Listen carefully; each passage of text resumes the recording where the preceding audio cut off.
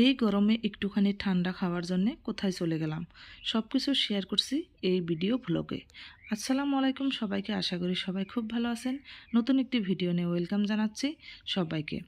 দেখুন, আজকে আমরা চলে গেছি ফ্রোজেন প্ল্যানেটে। এই প্ল্যানেটটা অবস্থিত গুয়াহাটিতে। আপনারা চাইলে কিন্তু আসতে পারবেন। এই প্ল্যানেটের টিকিট হচ্ছে একজন 700 টাকা করে। আমরা 3জন গেছিলাম, তাই আমাদের 2100 টাকা লাগছে। আর এখানে এই টিকিটের ভিতরে কিন্তু সব কিছু ইনক্লুড আছে। সাথে আপনারা পেয়ে যাচ্ছেন কোট, বুট, আর যা হ্যান্ড গ্লোভস আছে এগুলো কিন্তু নিজে থেকে নিয়ে নিতে পারবেন। আর চাইলে কিন্তু হ্যান্ড গ্লোভস, মাস্ক আপনারা বাইরে থেকে নিয়ে আসতে পারেন। এখানে আমরা বুটগুলো আর কোট নিয়ে নিছি, সব কিছু এবার পরে নিব। এই কোট আর বুটগুলো কিন্তু ওই 700 টাকার মধ্যেই থাকবে। দেখুন, পুরো সেটটা আপনাদের সাথে দেখিয়ে দিচ্ছি। এখানে বসে সুন্দর করে আপনারা পরে নিতে পারবেন। জুতা, স্যান্ডেলগুলো কিন্তু ওখানে জমা দিতে লাগবে। এবার সব কিছু পরে আমরা চলে যাচ্ছি ভিতরে, কিন্তু এই মানুষটা বলে দিচ্ছে যে ভিতরে খুব ঠান্ডা, আপনারা হ্যান্ড গ্লোভস নিয়ে নিতে পারেন।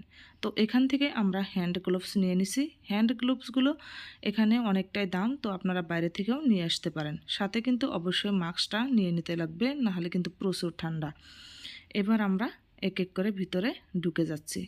দেখুন, যে দেখছি অন্যরকম একটা পরিবেশ, খুবই সুন্দর আর এত ঠান্ডা। প্রচুর বরফ পড়ে আছে এখানে। এখানে টেন্ট হাউস এগুলো এই সব কিছু বানানো আছে। বাচ্চারা প্রচুর বিনোদন পাবে এখানে গেলে। কিন্তু আমার বাচ্চাটা কয়েকদিন ধরেই কিন্তু প্রচুর জিদ করছিল এখানে যাবে। তো ভাবছিলাম একদিন সময় করে যাবে, তার হলো না। যেহেতু আজকে আমরা গুয়াহাটিতে আসছি আমার ছেলেটাকে হসপিটালে দেখাতে, তো যে হসপিটাল আমরা দেখাতে আসছি এর কাছে কিন্তু এই ফ্রোজেন প্ল্যানেটটা ছিল। তো তাই ভাবলাম আজকে এখান থেকে একটু ঘুরে যাই। তো ভিতরে যেয়ে দেখি প্রচুর ঠান্ডা। অ্যাকচুয়ালিতে আমরা এই জুলাই মাসে কাশ্মীর যাওয়ার কথা ছিল। তো পেহেলগামের যে ঘটনাটা হয়েছে তারপর থেকে কাশ্মীর যাওয়ার ইচ্ছাটা কিন্তু পুরোপুরিভাবে মরে গেছে। আর হয়তো কোনো দিনও যাব না। তাই ভাবলাম এখান থেকে একটু বাচ্চাটাকে ঘুরে নিয়ে যাই। আমার হাজব্যান্ডও ছুটিতে আসছে, ও খুব তাড়াতাড়ি চলে যাবে। এবার দুই বাপ বেটা খুবই আনন্দ ফুর্তি করছে। দেখুন, ও ওর ছেলেকে ওখানে উঠিয়ে টানবে, কিন্তু ও কোনো মতেই উঠবে না। এবার দেখুন বরফগুলো, প্রচুর বরফ পড়ে আছে, প্রচুর বরফ, খুবই ঠান্ডা। এবার ওরা বাপ বেটা মিলে খুবই মজা করছে, খুবই দুষ্টামি করছে। দেখুন, বাচ্চাদের খেলার বস্তু কিন্তু প্রচুর আছে। ছোট একটা ঘরে, ঘরের মধ্যে অনেক কিছু আইটেম ওরা রেখে দিচ্ছে, আর খুবই সুন্দর। দুজনে খুবই মজা করছে, আমারও দেখে খুব ভালো লাগছে। আপনারা কিন্তু চাইলেই আসতে পারবেন। এটার উপরে উঠে ও ঘুরাবে, কিন্তু ও তো ঘুরবেই না। খুবই ঠান্ডা মধ্যে ওর, যেহেতু টি শার্ট আর প্যান্ট পরে এসেছিলো, তার জন্য ওর খুবই ঠান্ডা লাগছে। পরে ওর মুখে কিন্তু রুমালটা আমরা বেঁধে দিয়েছি। আমরা যে সময়টায় গিয়েছিলাম, যেতে যেতে আমাদের প্রায় সন্ধ্যা হয়েছিল, তাই খুব একটা মানুষ ছিল না, অনেকেই চলে গেছিল। মাত্র কয়েকজন মানুষই ছিল। তো আমরা খুব সুন্দর করে এগুলো ঘুরে ঘুরে দেখতে পারছি। এবার দুই বাপ ছেলে মিলে এই ছোট ছোট খেলনা যে বস্তুগুলো আছে ওগুলোতে উঠবে, খেলবে। দেখুন, দারুণ একটি সুন্দর জিনিস বানিয়েছে। কিন্তু গুয়াহাটিতে আসলে আমরা কোনো না কোনো জায়গায় অবশ্যই ঘুরতে যাই, সব কিছুই আপনাদের সাথে শেয়ার করব। এবার দুজনে মিলে চলে যাচ্ছে ওই দিকে। দেখুন, এখানে পেঙ্গুইনগুলো খুব সুন্দর করে সাজানো আছে। এবার ওরা দুজন চলে গেছে এই রুমটার মধ্যে। এই রুমটাতে খুবই সুন্দর ডেকোরেট করা আছে, আর এখানে প্রচুর গান বাজছে।